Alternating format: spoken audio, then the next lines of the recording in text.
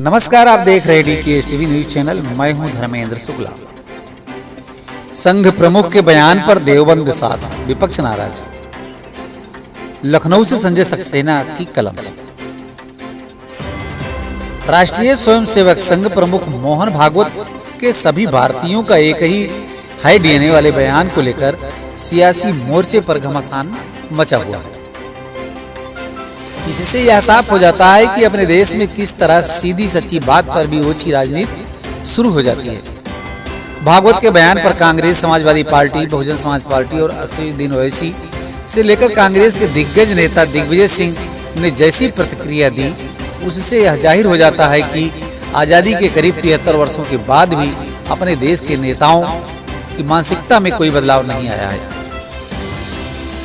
भागवत के बयान को लेकर किसी नेता ने यह सोचने समझने की कोशिश नहीं की कि मोहन भागवत अपने इस कथन के जरिए सभी देशवासियों को एकता के सूत्र में बांधना चाहते हैं, जो समय की मांग और हकीकत दोनों ही है। संघ प्रमुख ने जो बात भारतीयों के संबंध में कही है, वह तो पूरी दुनिया के मुल्कों के वासिंदों पर लागू होती है।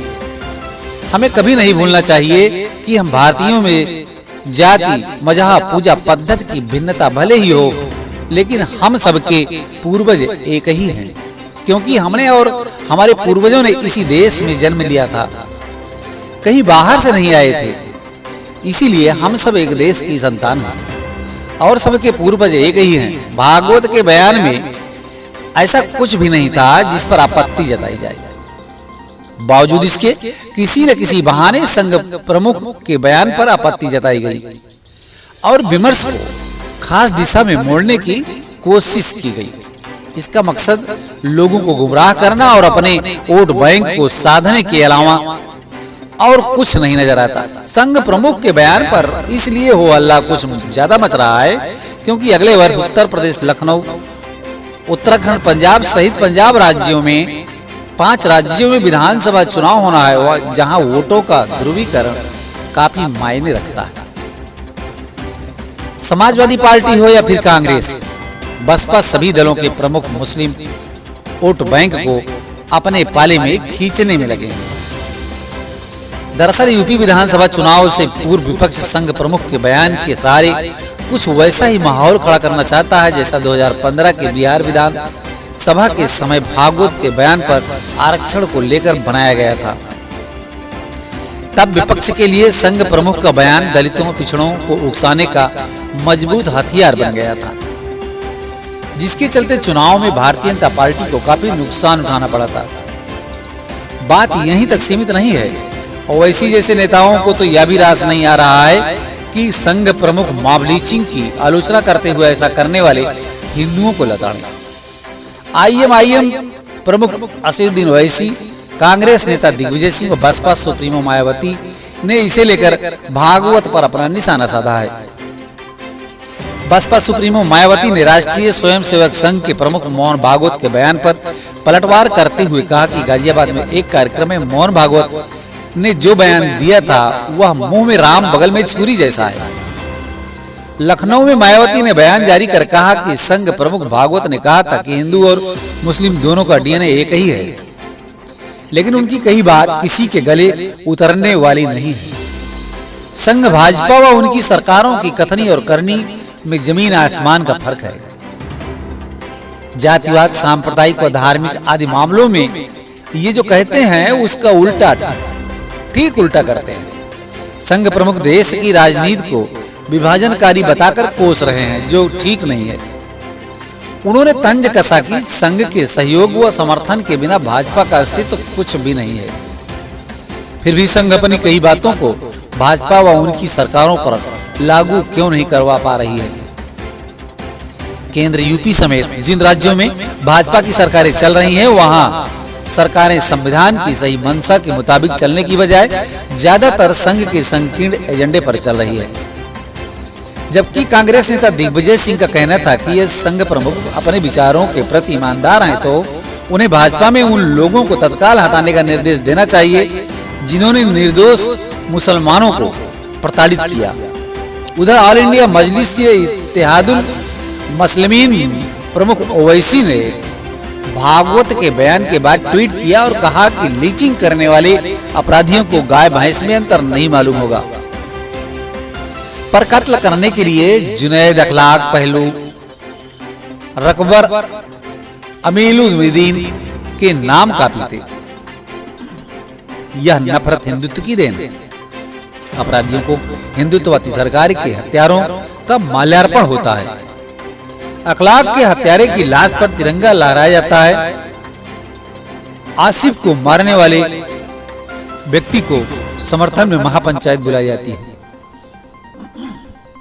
संघ प्रमुख के बयान पर विरोधी दलों के नेताओं के सुर भले ही बिगड़े हों, लेकिन उन्हें देवबंद का समर्थन मिल रहा है।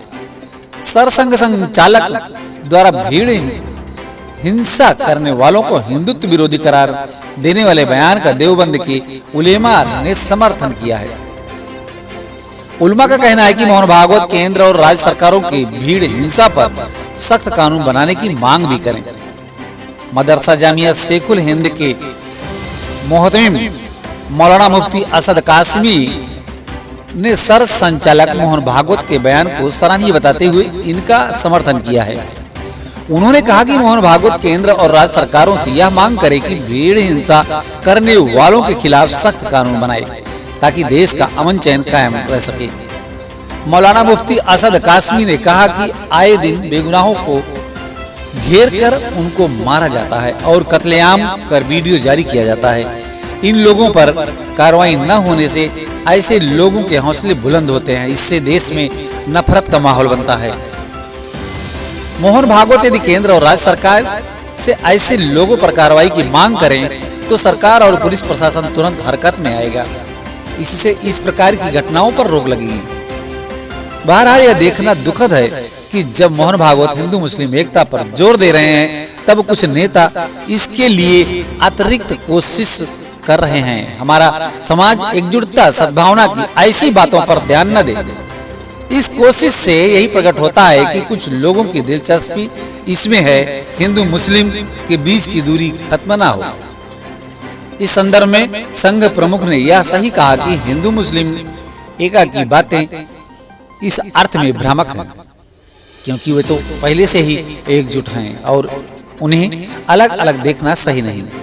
कायदे से इनका स्वागत करते हुए अपने अपने स्तर पर ऐसी कोशिश की जानी चाहिए कि भारतीय समाज एकजुट हो और उनके बीच जो भी वैमनस्य है वह खत्म हो। निसंदेह कुछ लोग ऐसा नहीं होने देना चाहते हैं, इसलिए किसी ने संघ की कथनी करनी में अंतर का उल्लेख किया तो किसी ने भीड़ की हिंसा का जिक्र। इतना ही नहीं, भीड़ की हिंसा के लिए संघ को कटघरे में खड़ा करने की भी कोशिश की गई। ऐसा तब किया गया जब संघ प्रमुख गाय के नाम पर होने वाली भीड़ की हिंसा का विरोध करते रहे हैं। उन्होंने कई बार साफ साफ कहा कि उन्मादी भीड़ की हिंसा में शामिल लोग हिंदुत्व के विरोधी और मादताई हैं और उन्हें किसी भी तरीके से समाजवादी राष्ट्रवादी नहीं कहा जा सकता। ऐसी दो टूक बात पर भी मीन मेख निकालने वालों में या उनके बारे में कहा जा सकता है कि वे घोर नकारात्मकता में डूबे हुए हैं। लब्बोलुआब यह है कि गैर बीजेपी दलों को यदि अपनी राजनीति को आगे बढ़ाना है तो उन्हें जनता की सोच पर चलना होगा, ना कि अपनी सोच जनता पर थोपने का प्रयास करें। आज बीजेपी और गैर बीजेपी दलों में सियासी रूप में से जो फासला दिखाई दे रहा है, इसकी वजह यही है कि बीजेपी जनता की नब्ज टटोलती रहती है। उसके कार्यकर्ता कभी संगोष्ठी तो कभी जनजागरण यात्रा आदि कार्यक्रमों के सहारे जनता के साथ संवाद स्थापित कर ही लेते हैं। इतना ही नहीं, बीजेपी और संघ इस कोशिश में भी लगा हुआ है कि कैसे मुसलमानों का ब्रेन वॉश किया जा सके ताकि वह संघ और बीजेपी को अपना दुश्मन मानना बंद करे। इसीलिए संघ प्रमुख यहाँ तक कहने से गुरेज नहीं कर रहे हैं कि आरएसएस को लेकर मुसलमानों के बीच जो भ्रांतियां फैलाई जा रही हैं, उन भ्रांतियों को दूर करने के लिए मुसलमान संघ की शाखा में आए ताकि उसे हकीकत का पता चल सके। जबकि अपवाद को छोड़कर गैर बीजेपी नेता ड्राइंग रूम की सियासत और सोशल प्लेटफॉर्म पर तुष्टीकरण की सियासत से आगे ही नहीं बढ़ पा रहे हैं। इसकी वजह भी है उत्तर प्रदेश में 20% मुसलमान वोट बैंक है, जिसको लेकर सपा और कांग्रेस के साथ साथ बीएसपी की भी नजरें रहती हैं।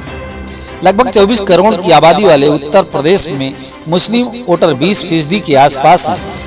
उत्तर प्रदेश की 403 विधानसभा सीटों में से करीब 125 ऐसी विधानसभा सीटें हैं जहां अल्पसंख्यक वोट ही नतीजों में अहम भूमिका निभाते हैं।